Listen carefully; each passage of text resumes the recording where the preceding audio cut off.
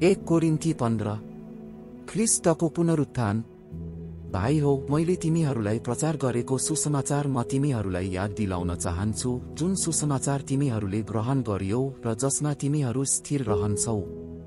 यस सुसमाचारद्वारा तिमीहरूको उद्धार भएको छ, यदि यसमा तिमीहरू अटल रह्यौ भने, नत्रता तिमीहरूले व्यर्थैमा विश्वास गर्यौ।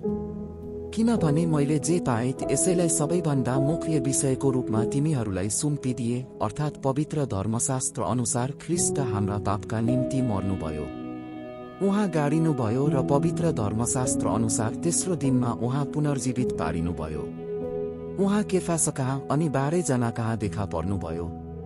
त्यसपछि उहाँ एकै समयमा 500 भन्दा बढी भाइहरू कहाँ एकसाथ देखा पर्नुभयो, जसमध्ये धेरैजसो अहिलेसम्म छँदैछन् तर कोही सुतिसकेका छन्। त्यसपछि याकुब र सबै प्रेरितहरू कहाँ उहाँ देखा पर्नुभयो। सबैभन्दा अन्त्यमा असमयमा जन्मेको मानिस कहाँ जस्तो म कहाँ पनि उहाँ देखा पर्नुभयो। किनकि प्रेरितहरूमध्ये म सबैभन्दा तुच्छ हुँ। म प्रेरित भनिन योग्य छैन, किनभने मैले परमेश्वरको मण्डलीलाई खेदो गरे। तर म जो छु त्यो परमेश्वरको अनुग्रहले छु र म माथि भएको उहाँको अनुग्रह व्यर्थ भएन। बरु मैले त तिनीहरू सबैले भन्दा बढी परिश्रम गरे। तैपनि मैले होइन, मसँग भएका परमेश्वरको अनुग्रहले हो। यसकारण मैले भए पनि अथवा तिमीहरूले भए पनि हामी जो प्रचार गर्दछौँ सो तिमीहरूले विश्वास गरेका छौ।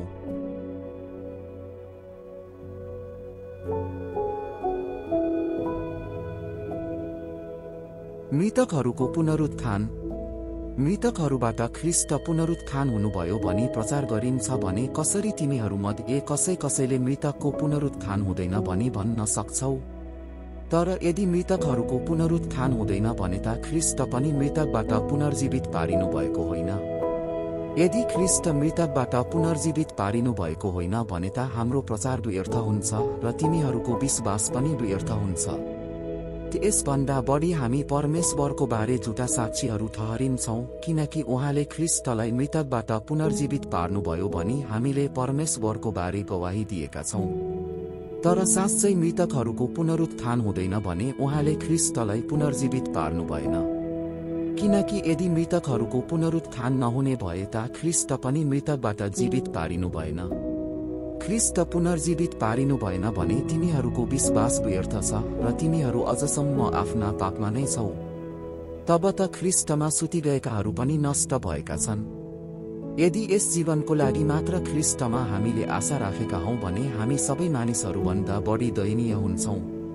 वास्तवमा ख्रीष्ट मृतकहरूबाट जीवित हुनुभएको छ। सुतिजानेहरूमध्येमा उहाँ चाहिँ प्रथम फल हुनुहुन्छ। किनकि जसरी मानिसबाट मृत्यु आयो त्यसरी नै मृतकहरूको पुनरुत्थान पनि मानिसबाट नै आयो। किनकि जसरी आदममा सबै मर्दछन् त्यसै गरी ख्रीष्टमा सबै जीवित पारिनेछन्।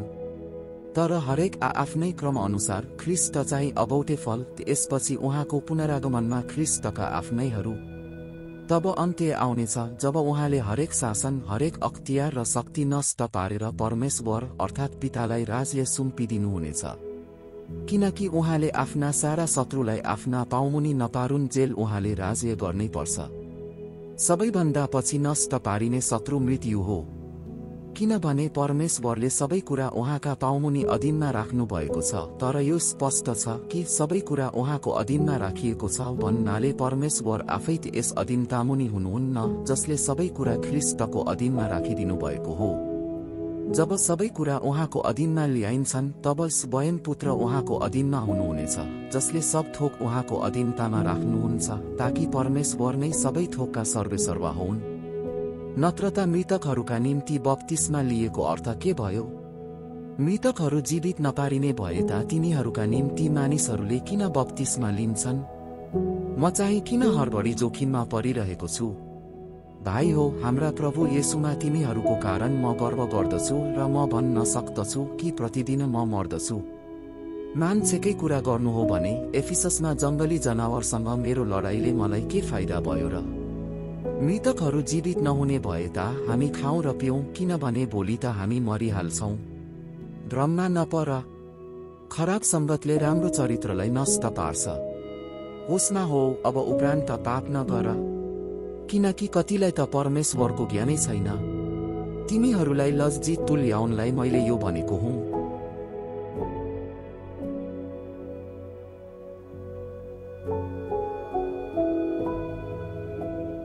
पुनरुत्थान भएको शरीर। तर कसैले सोध्ला मृतकहरू कसरी पुनर्जीवित हुन्छन् र तिनीहरू कस्ता किसिमको शरीर लिएर आउनेछन्? हे मूर्ख, जे तिमी रोप्दछौ त्यो नमरिकन सजीव हुँदैन।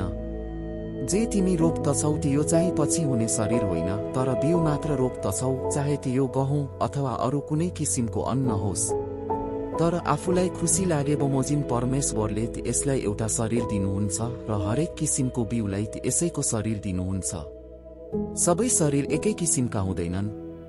मानिसको शरीर एक किसिमको र जीवजन्तुहरूको अर्कै किसिमको, चराहरूको अर्कै किसिमको र माछाहरूको अर्कै किसिमको शरीर हुन्छ। अनि शरीर पनि स्वर्गीय र पार्थिव हुन्छन्। स्वर्गीय शरीरको तेज एक किसिमको छ र पार्थिव शरीरको तेज अर्कै किसिमको। सूर्यको तेज एक किसिमको, चन्द्रमाको तेज अर्कै किसिमको र ताराहरूको तेज अर्कै किसिमका हुन्छन्। किनभने एउटा तारा अर्को ताराभन्दा तेजमा भिन्दै हुन्छ। मृतकहरूको पुनरुत्थान पनि यस्तै हो। जुन शरीर विनाशमा गाडिन्छ त्यो अविनाशमा जीवित हुन्छ। अनादरमा त्यो गाडिन्छ, महिमामा त्यो जीवित हुन्छ। दुर्बलतामा त्यो गाडिन्छ, शक्तिमा त्यो जीवित हुन्छ। प्राकृतिक शरीरमा त्यो गाडिन्छ, आत्मिक शरीरमा त्यो जीवित हुन्छ। प्राकृतिक शरीर छ भने आत्मिक शरीर पनि अवश्य हुन्छ।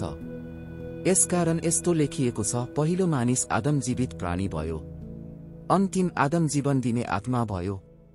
पहिलो चाहिँ आत्मिक होइन तर प्राकृतिक हो र यसपछि चाहिँ आत्मिक हो। पहिलो मानिस माटोले बनिएको पृथ्वीबाट हो, दोस्रो मानिस स्वर्गको हो। माटोले बनिएको मानिस जस्तो थियो, माटोले बनिएकाहरू पनि यस्तै हुन्छन् र स्वर्गीय मानिस जस्तो छ, स्वर्गकाहरू पनि यस्तै हुन्छन्। जसरी हामीले माटोका मानिसको रूप धारण गरेका छौं, यसरी नै स्वर्गका मानिसको रूप धारण गर्नेछौं। अब भाइ हो, म तिमीहरूलाई यो भन्दछु, मासु र रगत स्वर्गका राज्यको हकदार हुन सक्दैन, न त विनाश अविनाशको हकदार हुन सक्छ। हेर, म तिमीहरूलाई एउटा रहस्य भन्दछु, हामी सबै सुत्दैनौं, तर हामी सबैको परिवर्तन हुनेछ, एकै क्षणमा, आँखाको एक निमेषमा, तुरहीको आखिरी आवाजमा। किनभने तुरही बज्नेछ र मृतकहरू अविनाशी भएर जीवित हुनेछन्, अनि हाम्रो चाहिँ परिवर्तन हुनेछ। किनकि यस विनाशी स्वभावले अविनाशी र यस मरणशील शरीरले अमरत्व धारण गर्नुपर्छ। जब विनाशीले अविनाशी र मरणशीलले अमरत्व धारण गर्छ, तब लेखिएको त्यो वचन पूरा हुनेछ, मृत्यु विजयमा निलिएको छ। ए मृत्यु, तेरो विजय कहाँ? ए मृत्यु, तेरो खिल कहाँ? मृत्युको खिल पाप हो र पापको शक्ति व्यवस्था हो। तर परमेश्वरलाई धन्यवाद होस् जसले हामीलाई हाम्रा प्रभु येशू ख्रीष्टद्वारा विजय दिनुहुन्छ। यसकारण मेरा प्रिय भाइ हो, स्थिर र अटल रहो। प्रभुको काममा सधैँ बढ्दै जाओ, किनकि तिमीहरू जान्दछौ कि प्रभुमा तिमीहरूको परिश्रम व्यर्थ हुँदैन।